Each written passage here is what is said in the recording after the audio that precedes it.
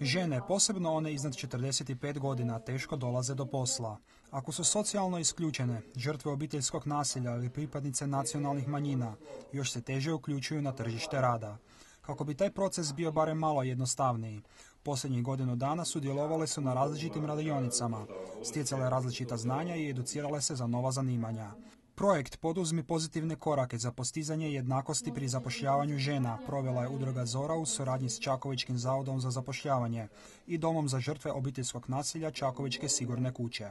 Brzo je godina dana prošla, jako smo zadovoljni zato jer mislimo da smo stvarno postigli svi skupa dobre rezultate.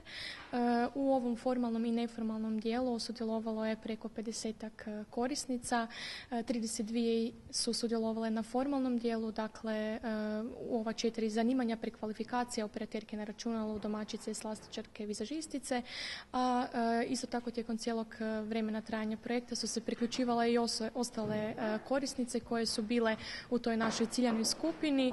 U projekt se uključila i Nada, koja kao konfekcionar do posla nije mogla doći više od 20 godina. Završila sam taj tečaj za slastičara i zaposlila sam se na moru, sam sezonski radila, ali ne u toj struci, ali dobro. Puno mi je značilo, normalno, nikad nije na odmet da imaš. Posao na duži ili kraći period tijekom trajanja projekta pronašlo je 18 žena. Sve one preporučile bi i drugim dugotrajno nezaposlenim ženama dodatnu edukaciju. To je korisna projekcija, puno toga se nauči, pozitivno razmišljanje o životu, da ne klonemo duhom. Uvijek su nas poticali na pozitivno razmišljanje.